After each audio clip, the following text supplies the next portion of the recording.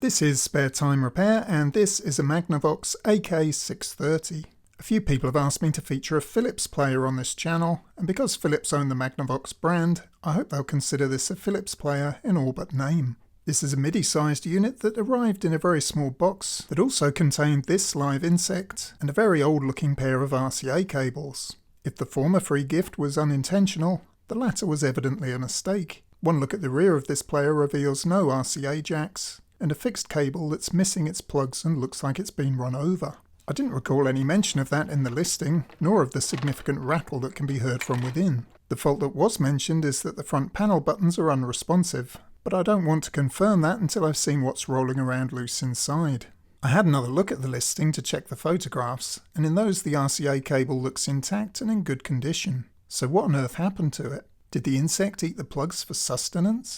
The player itself is from 1992 and appears to be pretty basic, but I'm hoping it has the distinctive radial swing arm pickup that Philips used during this era. I'm still a bit baffled by what happened with the RCA cable, but clearly they realised that it was damaged because they threw in the other pair as some kind of replacement, not realising that they were useless.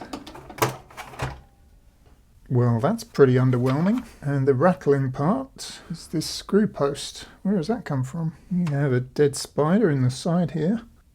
But given that it's such a small unit in the first place, I didn't expect to see all this empty space. It's got to be the smallest motherboard I've yet come across. Well, it evidently has holes for the RCA jacks, but those don't really line up with the slots in the board, and it's just soldered on underneath here. Well, it'll be easy enough to replace, but I wonder whether we can fit some proper jacks to it. It's got a very simple disc clamp mechanism. You can just unhook that very easily. And yes, there's the swing arm pickup. I'll have to check later which revision of the pickup this is. I think they did 12 in total. Quite like the way that tray drops down though. Well, I've got it plugged in, so let's see what it's doing. Well, it doesn't appear to be doing anything. Well, we do have something. When I turn it on, you'll see the lasers start to move. And it is outputting, but that display is completely blank. So when they said the buttons were unresponsive, that wasn't really telling the whole story. So the AC voltage is coming in here. We've got 11 volts. So we've got about 15 from these rectifier diodes. And 5 from these ones. So this is the cable that's going to the front panel. Well, we are getting 5 volts on one of those pins. And another 5 there. So why do we have no display output? I'm going to have to remove this PCB and probe on the other side, which means first removing the transport. Well, this post that was rattling around is the rear fixing for the transport. It should go in there, so we can re-glue that later. Looks like the only other transport fixing screw is this one. I think I'll need to remove the tray before I take it out. So just looking at this mechanism, when the tray ejects, it pushes down on this arm, which actuates this and presses this little micro switch down here. So just a normal tactile switch. But I wonder if the fact that this is broken means that it won't have enough downward force to actuate it, because it's just going to lift up. But having said that, that wouldn't explain why the tray's not ejecting in the first place. Yeah, if I push down on the back of the transport here and open the drawer, you can hear it actuating that switch. But if I let go, it doesn't do it. I was just moving the player to take the transport out, and I heard a buzzing noise, and now the display has come on. But it's still not opening, and buttons are indeed unresponsive. So maybe this is the fault the seller was experiencing, and it got worse in transit. Could be a cold solder joint on the underside of the board. I thought the tray would just slide out, but something is stopping it. Well, I was about to say I was going to unscrew the front panel, but I can't see any screws. Unless they're under these pads. Nope, nothing under there. Well, it looks like it's just held on by 2 clips here and here, and this one is broken.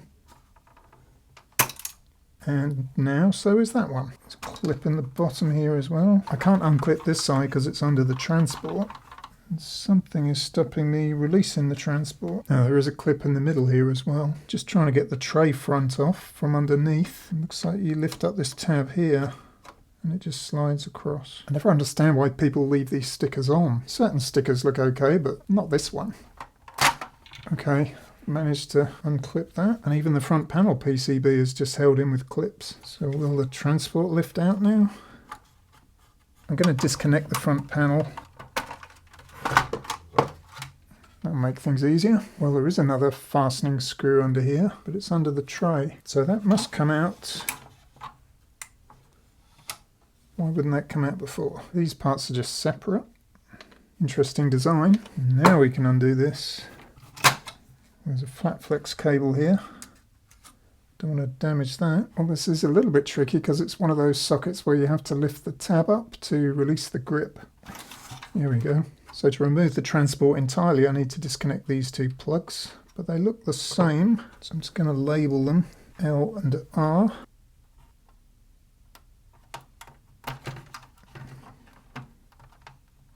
So here's that sort of counterbalanced pickup.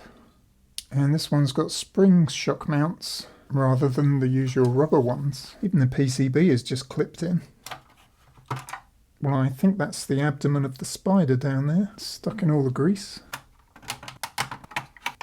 Well, I might as well snip this RCA cable off because I'm not going to be using it. And I'm sure all those clips sped up the production process, but they don't inspire confidence. Maybe it is all down to this switch, because if it was never getting actuated, the player would think that the drawer was permanently open, so that would explain why the display was blank, but then the buttons weren't working. Well, I don't immediately see any bad joints on here, and voltage was obviously getting to this connector, so perhaps the problem lies on the front panel board. Can't argue with that for easy disassembly. Just going to check that all these front panel connections are getting through. Yeah. They're all good. So what happens if I power it on now?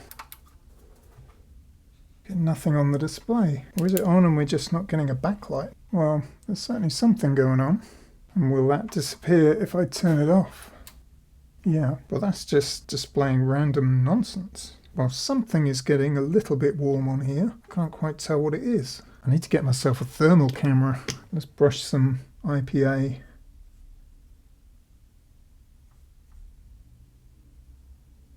Could be that chip. Oh no, it's not. It's this resistor. I can feel it now. Let's power off and take a measurement. Well, I don't know why I'm measuring them, because in the service manual it gives all the values. So I'm going to look that up. This one is meant to be 390 ohms, and it's pretty low. And this one, 150. So that one looks a little suspect. Oh, desoldered the wrong one. Probably going to read okay out of circuit. Huh, does as well. Well, the only thing feeding it is this chip. Well, if recent experience has taught me anything, it's that the part that heats up is not necessarily the part at fault. So I'm going to refit that resistor and test all these capacitors, because they're the most likely to have gone bad. But these two chips down here are both op amps, and they're identical. So if I can't find any bad capacitors, I can remove both of these and compare them. Well, I haven't found any bad capacitors, but I've just pulled a transistor out of the display board, and it's not recognizing it. So maybe that's our problem. It does helpfully label the collector, base and emitter, so I'm going to look this up and see if I've got a suitable replacement. Well, my multi-tester just died, so I've had to put it back on charge, and that may be why it was reading the transistor as a bad part, so I'm going to hold fire on that one. But in the meantime, I just had a delivery. Yes, I bit the bullet and bought myself a thermal camera. And it did make me wince a bit, I have to admit, but I think it will be a good investment. I even got the fancy model that records videos, so I can show you the footage directly. Anyway, let's turn it on and see what's going on down here. Okay, well, the right-hand op-amp is clearly getting a lot hotter than the other one. Oh, it's actually this resistor. I took out the wrong one. So I think I am going to remove these two chips and compare them side by side. That transistor is testing fine now, so I think that was a red herring. So apparently a quick test you can do on these op-amps is to put the meter in diode test mode and measure across the inputs on both sides. So this is the bad one. We have 0.65 that way, and 1.93 that way, and on the good one we have basically the same reading. So if we turn them round, this time it's pins 5 and 6, 2.28, 2.3, 2.24, 2.3. And so I'm not sure there is anything wrong with this one. But what I could do is swap them over and use the thermal camera again and see if we still have the same problem. I could also try the thermal camera without the op amps in place. Well, that resistor is still getting hot. I didn't expect that. Well, I've replaced that resistor just to see if it makes any difference. No, that is still getting hot. Well, this one has been incredibly frustrating. I've been trying to isolate where the overheating resistor problem is coming from. Basically, I traced it back to this jumper wire here, and so I disconnected one end of that, and the resistor stopped overheating. But I've tested all the components, I can't immediately find anything. And so I'm kind of wondering whether it's one of the chips. But to me that feels like a cop-out. It must be a chip because I can't figure out what the problem is. But it really might be. I've just not experienced a bad chip before, so in my head it feels unlikely. I did replace one resistor up here. It's supposed to be a 4.7 ohm resistor, and it was reading about 7 ohms. And I didn't have any 4.7s, so I've put in two 10s in parallel, which is about 5 ohms. So it's closer anyway, but obviously that didn't make any difference regarding the overheating resistor. But since I haven't actually tested it for a while, I was thinking maybe I'll put the op amps back and I'll swap them over. So the one I marked with a dot I'll put here. I'll connect the transport back up and just see if it's behaving any differently. Well, everything's reconnected. I've got no reason to think it will behave any differently. No, but I just keep thinking back to the beginning of the video when I moved it and the display came on briefly. There is a service mode for this player. If you hold down these two buttons while you power it on, it should go into service mode. I mean, I doubt that's going to work, but let's try it. I don't know. I think I'm stumped. At this point I removed the transport again, probed around on the board and made lots of sighing noises.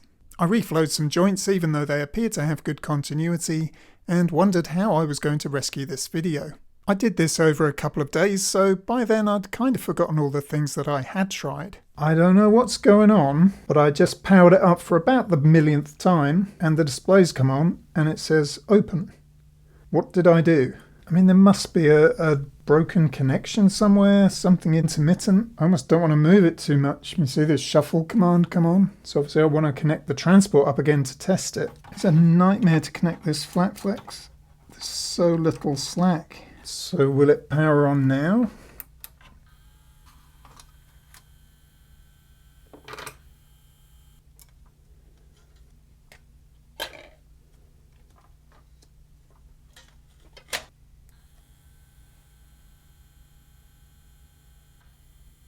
Oh, of course we need to press this. I got confused here because I forgot that the small tactile switch at the rear of the transport should be pressed when the tray is open, not when it's closed.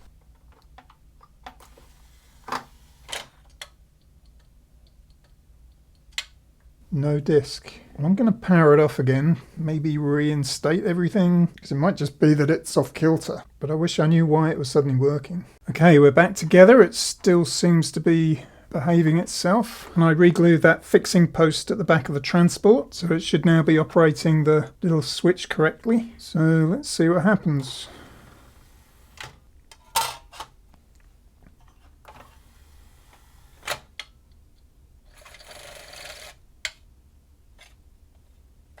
The disc is kind of scuffing. It's like the tray hasn't dropped down properly. I did put a new belt on, but maybe it's not strong enough. I'm going to try it with a different belt. In fact, I'm just going to clean all this stuff up because there's loads of old grease in here, which probably isn't helping. So I'll do all that and try again. Well, even after that, the disc is still scuffing.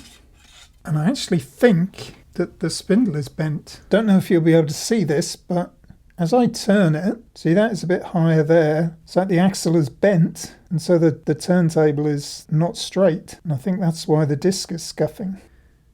How on earth did that happen? Well, in fact, you can see a lot of scuff marks around the spindle. Looks like someone's tried to lever it up. And on the spindle itself, there's sort of pry marks around the edge. So someone has definitely attempted to service this, but it certainly makes things harder for me. Yeah, 100% someone has tried to pry this up before. The question is why? So I'm just connecting it up to about 2.5 volts. Well, you can see when I slow it down, That shaft is definitely not straight. Well, I wonder if I just raise the platter up a little bit, enough so that the disc doesn't scuff, and hope that the focus correction can deal with it.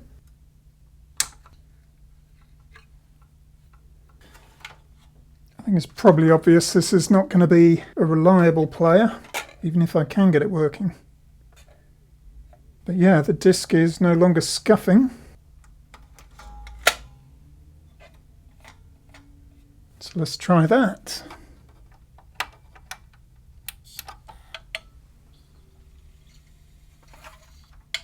Oh my goodness, it read the disc. We even have table of contents permanence. There's a bonus I wasn't expecting. Will it play?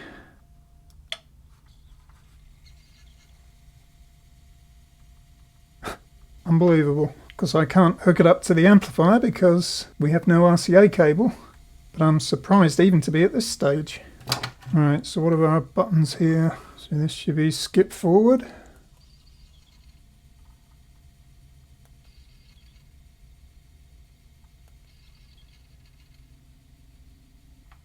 Repeat. Stop. I'm just astonished and a little bit confused. Well, I need to take it apart anyway, partly to install the power button linkage arm, which I forgot to do earlier, and partly to solder on a new RCA cable. And while I've got it stripped out, I can give everything a good wash as well. But there are two sort of holes at the back here that look ready to be punched out. So I'm wondering whether I could mount some RCA sockets, because that would be preferable to having a fixed cord, of course. Anyway, we'll get it stripped out and see what we can do.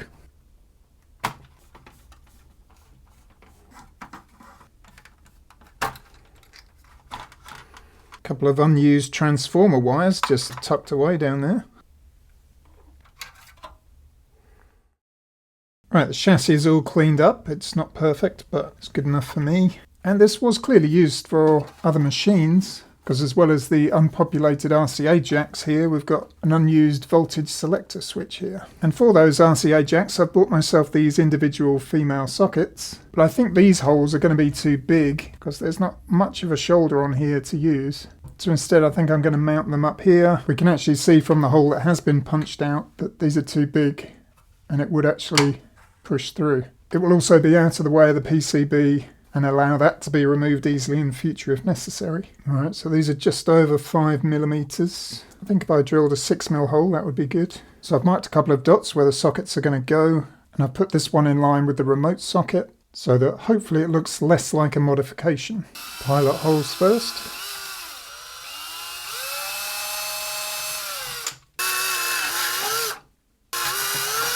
Pasta for tea? It would normally be white and red, of course, but these ones only came in black and red. They come with these washers for soldering on the ground connection. I don't want that to be hard against the back of the case, so I'm going to bend it forward a bit.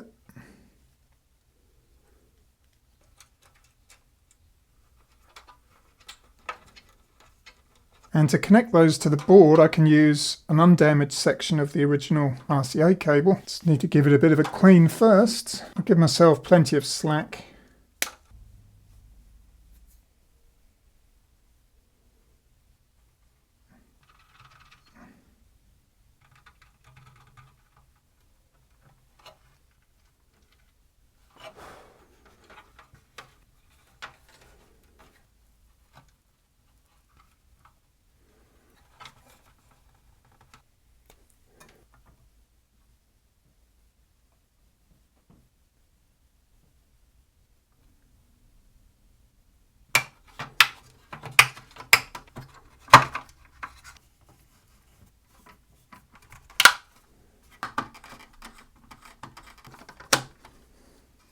Don't remember exactly how this cable management goes, but it looks good enough. Give the LCD a quick clean.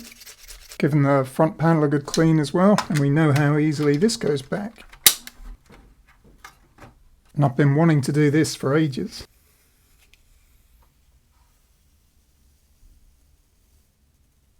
Much better. Remember the linkage arm this time.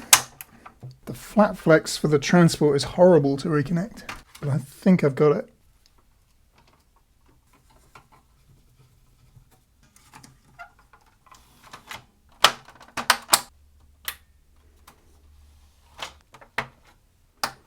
I'm going to optimistically connect it to the amp. I forgot to fit this grounding coupler, which is pretty frustrating. Hoping I can get it in there without having to disassemble everything, but I don't think I can because it's wedged in at this end. Well, let's see if it works first. Please turn on.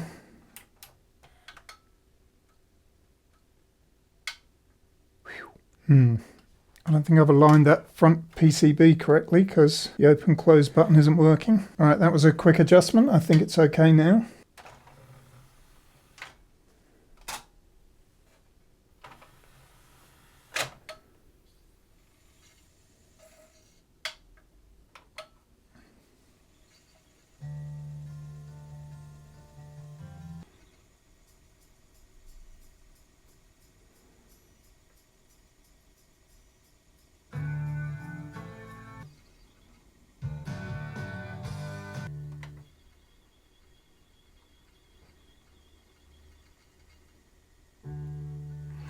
Pretty slow searching between tracks, but I think that was a feature of this Philips system, and ultimately why they went to the linear system in the end.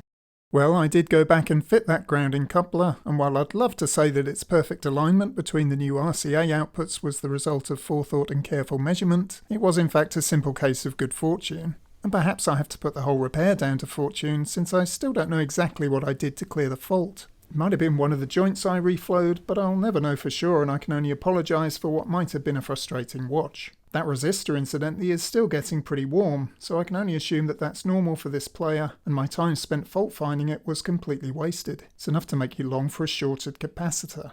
The player itself has been working flawlessly, so although it could do with a new spindle motor, I can't justify it for such a low value machine that's ultimately doing its job. But that's all for now. Thanks for watching, and I'll see you in the next one.